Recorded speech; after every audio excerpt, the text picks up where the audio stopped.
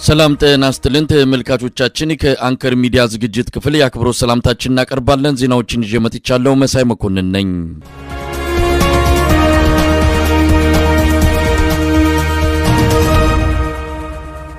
በጎጃም በአብዛኛው አካባቢ ከባድ ውጊያ ሲደረግ ዋለ። ከተሞች በቁጥጥር ስር መዋላቸው ታውቋል። የአማራ ፋኖ በጎጃም በባህር ዳር ዙሪያ በአዴት በፍኖተ ሰላም በቡሬ በቲሊሊም ከአብይ አህመድ ሰራዊት ጋር ብርቱ ፍልሚያ ማድረጉን የደረሰን መረጃ ያመለክታል። የአማራ ፋኖ በጎጃም ከ4 በላይ ክፍለ ጦሮች በተሳተፉባቸው የዛሬዎቹ ውጊያዎች ፍኖተ ሰላምንና ቲሊሊን ጨምሮ ቁልፍ የሆኑ አካባቢዎችን ከአገዛዙ ሰራዊት ላይ በመንጠቅ በቁጥጥር ስር መደረጋቸውን በመግለጽ አስፈላጊው ተልኮ ከተፈጸመ በኋላ ከተሞችን የመልቀቁ እንቅስቃሴ እንደሚደረግ ነው የቋሪት ቀጠና የፋኖ ከፍተኛ አመራር አባል ለአንከር ሚዲያ የገለጸው። በሰው ኃይልና በመሳሪያ ከፍተኛ ኪሳራ የደረሰበት የአብይ አህመድ ሰራዊት በፍኖተ ሰላም የገነባው ጠንካራ ምሽጉ መሰበሩን አርበኛ በለጠ አብርሃም የወንዳወቅ ገረመው ብርጌድ የፖለቲካ ጉዳዮች ኃላፊ ገልጿል። በአጠቃላይ በማክሰኞ ዕለቱ ውጊያ አገዛዙ ከፍተኛ ጉዳት ደርሶበታል። ዝርዝር ውጤቱን በሚቀጥሉት ቀናት እናሳውቃለን ብሏል አርበኛ በለጠ።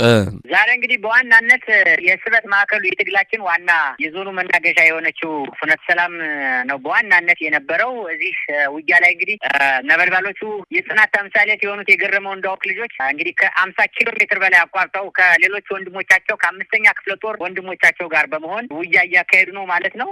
እንግዲህ በዚህ አቅጣጫ አረንዛው ዳሞት ከገረመው እንዳውቅ ብርጌድ ጋር በመቀናጀት የሚገርም ስራ እየሰሩ ነው ፍኖተ ሰላም ላይ ማለት ነው። ከውህዲት ወንበርማ ናልፈው ውህዲቶች የወንበርማ ጀግኖችም ያው የ5ኛ ክፍለ ጦር አካል ቢሆኑም አብረው ቡሬን ከበው የቡሬን መከላከያ በቀበሮ ጉድጓድ እንዳይወጣ እያደረጉት ነው። እንግዲህ ቲሊሊ ውጊያ አለ ዛሬ በቲሊሊ ከፋኖ የ3ኛ ክፍለ ጦር ጀግኖች የአገው ምድር ጎጃም ልጆች እያስጨነቁት ነው ማለት ነው ማንኩሳ።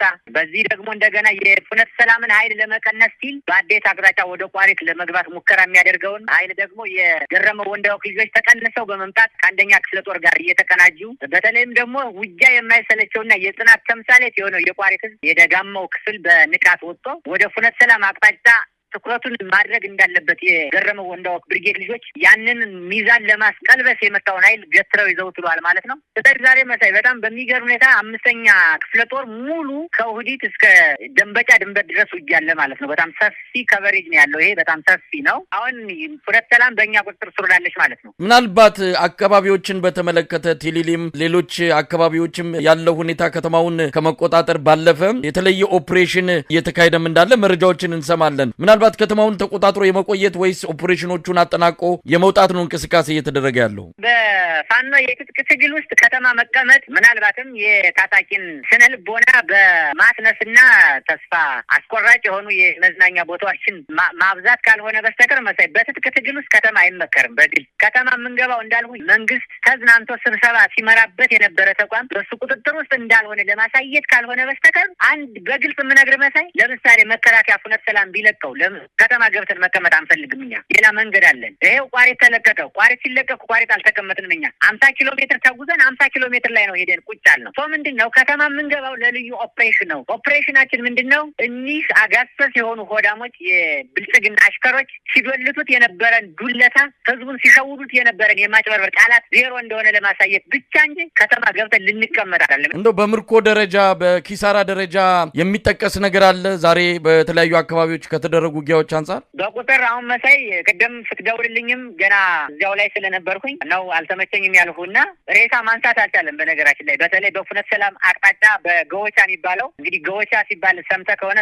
ገወቻ ማለት አባይ ድረስ ሊዘልቅ የሚችል በጣም ኮረብታማ የበዛበት ቦታ ነው። እዚያ አካባቢ ሬሳቸውን ማንሳት አልቻሉም፣ ቁስለኛቸውን ማንሳት አልቻሉም። ነገር ግን የምርኮ መጠን በቁጥር ላይ የተመሰረተ ለማድረግ እንግዲህ ወንድሞቻችን በተለይም ደግሞ ዘመቻውን የሚመሩት ወንድሞቻችን የጠላትን ኪሳራ አሁን እንትን እያሉት ስለሆነ በቁጥር የተደገፈ መረጃ እንሰጣለን እንጂ መከላከያ እንጂ ይህንን ምሽግ እኮ መሳይ ጊዜ በላይ አርሶ አደር ጭምር እያስቆፈሩ የገነቡት ምሽግ እኮ ነው። ኮንክሪት ምሽግ እኮ ነው። በቃ ይሄ 23 አለ፣ ቢኤም አለ፣ ሞርተር አለ፣ ዲሽቃ አለ። እሱ እያለ እንኳን አንድም የአድማ ብተና እና የመከላከያ ራሳቸው እንኳን የማይታይበትን ምሽግ እኮ ነው ለቀው የሮጡ። አስበዋል? በቁመታቸው ልክ ቆፍረው የቡድን መሳሪያ ይዘው የተማመኑበት አርሶ አደር ሳይቀር አስገድደው የቆፈሩትን ምሽግ ነው ለቀውት የሮጡና በርካታ ሙትና ቆስለኛ አለ። ነገር ግን ደግሞ በቁጥር ይህን ያለው ለማለት አሁን እቸገራለሁ። ሲጀመር ጠላት ፋኖ ጋር ገጥሞ የፋኖ ጥይት እንደምታውቀው ከእነሱ የሚቀበለውና ከህዝብ የምናገኘው ነው። ይህንን ጥይት ደግሞ ዝም ብሎ በግምት አይተኮስም። የሚተኮሰው ጥይት ጠላት ላይ እንደሚያርፍ እነሱም ያውቁታል። በነገራችን ላይ የፋኖ ጥይት ራስን ብቻ ነው ይመታ፣ ግንባር ብቻ ነው ይመታ፣ ሌላ አካል እንኳን አይመታም። ምንድነው ችግራቸው እያሉ እኮ ይናገራሉ የተማረኩትና በምርኮ ደረጃና በማቴሪያልም በሰው ኃይልም የተማረከውን ነገ ምናልባትም ልሰጥ ይችላለሁ ማለት ነው።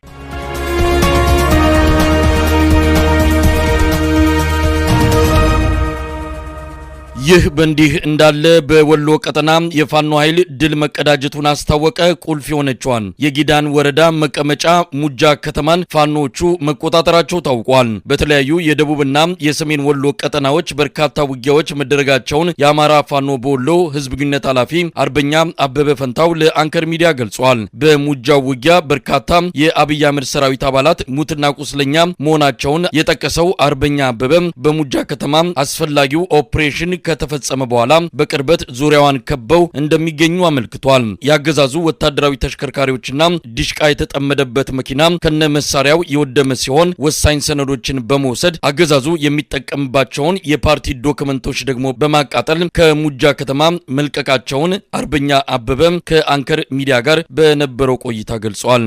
ወሎ ቤት አማራ የአማራ ፋኖ በወሎ በቀጠለው የህልውና ተጋድሎ በዛሬው ዕለት የተለያዩ ቦታዎች ላይ ደቡብ ወሎ ዞን ላይ ምዕራብ አቅጣጫም ላይ ሰሜን ወሎ ወደ ላስታና ራያ መካከል ጥራሪ ወይም ጊዳን ላይም በጣም በርካታ ተጋድሎች ተደርገዋል። ከመጀመሪያው ስነሳ በደቡብ ወሎ ዞን አማራ ሳይንት ምዕራብ ወሎ ኮር ማለት ነው መቅደላ ክፍለ ጦር ሼህ ሁሴን ጅብሪል ብርጌድ ላይ በጣም ጠንካራ የሚባል ባንዳ ላይ ስራ ሰርተዋል። ዛሬ መቅደላ ወረዳ ላይና ዴንሳ የሚባል ከተማ ላይ ማለት ነው። ሁለቱም አካባቢዎች ላይ ለአመታት ማለት ነው ለአንድ አመት ከምናምን ስንለምናቸው የኖሩ ባንዳዎችን ያለምንም ተስፋ መቁረጥ በፍጹም ትዕግስት የአማራን ህዝብ ዘር ማጥፋት እየፈጸመ ካለው የአብይ አህመዱ የአንድ ቡድን አገዛዝ ጋር መወገን የለባችሁም፣ ህዝባችሁን ምሰሉ፣ ወገናችሁን ምሰሉ በሚል ያለምንም ተስፋ መቁረጥ ስንለምናቸው ኑረን ነበር። ይህንን መናችንን ጭምር ወደ ጎን በመተው ከአገዛዙ ጋር ሆኖ ህዝባችን ላይ ዘር ማጥፋት እየፈጸሙ የነበሩ ባንዳዎች ላይ በጣም ጠንከር ያለ እርምጃ በመውሰድ በርካታ ሙትና ቁስለኛ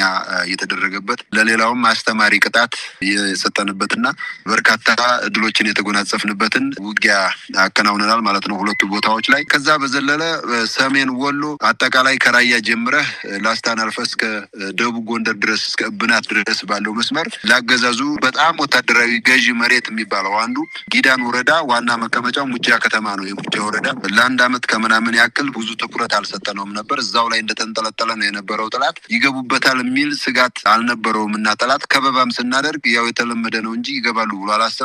ዛሬ እንግዲህ ንጋት ላይ ማለት ነው ባላሰበበት ከተማዋን ሙሉ ለሙሉ ሰብረን በመግባት ሙጃ ከተማ ፖሊስ ጣቢያውን በመቆጣጠር ሁለት አገዛዙ ይጠቀምባቸው የነበሩ ፓትሮሎችን ሙሉ ለሙሉ ያቃጠልንበት ያወደምንበት ሁኔታ አለ። ከዛ በዘለለ በርካታ ሰነዶችን ወስደናል። የሚጠቅሙንን የአማራን ህዝብ ዘር ማጥፋት እየፈጸሙበት ያለ ሰነዶችን፣ የተረፉትን ደግሞ ለህዝቡ ለማጥቃት የያዙት የመረጃ ሰነዶችን ጭምር ያቃጠልንበት ሁኔታ አለ። አካባቢው ላይ ቀድመን ከበባ በመፍጠር በምዕራብ ወሎ እንደፈጸምነው ሁሉ ያገዛዙ ዙፋን ጠባቂ ሚሊሾች ማለት ነው ያለምንም ተስፋ መቁረጥ ስንለምናቸው የነበሩ ሚሊሾችን እርምጃ ተወስዶባቸዋል። ዛሬ በጣም ብዙ ሙትና ቁስለኛ ነው ያለው። ከ30 በላይ የሚሆኑ ደግሞ የተማረኩ አሉ። በአጠቃላይ በጦር መሳሪያም አጠቃላይ ከ30 እና ከዛ ያላነሰ ክላሽንኮፍ ጅምስሪ የተማረከበት ሁኔታ አለ። በርካታ እንግዲህ ጨበጣ ውጊያ ጭምር ከተማው ድረስ በመግባት ሙሉ ለሙሉ ከተማውን በማስለቀቅ ከከተማዎች እንዲሆኑ አድርገን ከተማው ላይ መስራት ያለብንን በሙሉ ሰርተን መልሰን የከተማውና የከተማውን ዙሪያ አሁንም እየጠበቅን ያለንበት ሁኔታ አለ። ሙሉ ከተማው ላይ መቀመጥ ከዚህ አንጻር እየገቡ ይወጣሉ የሚባል ነገርም ስላለ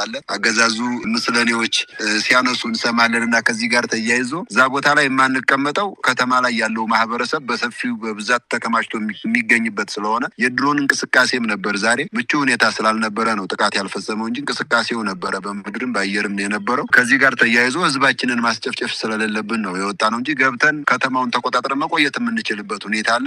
በርካቶችን ደምስሰን በርካታ አቁስለን በርካታ ማርከን የወጣንበት ጦር መሳሪያ የታጠቅንበት ሁኔታ ነው ያለ።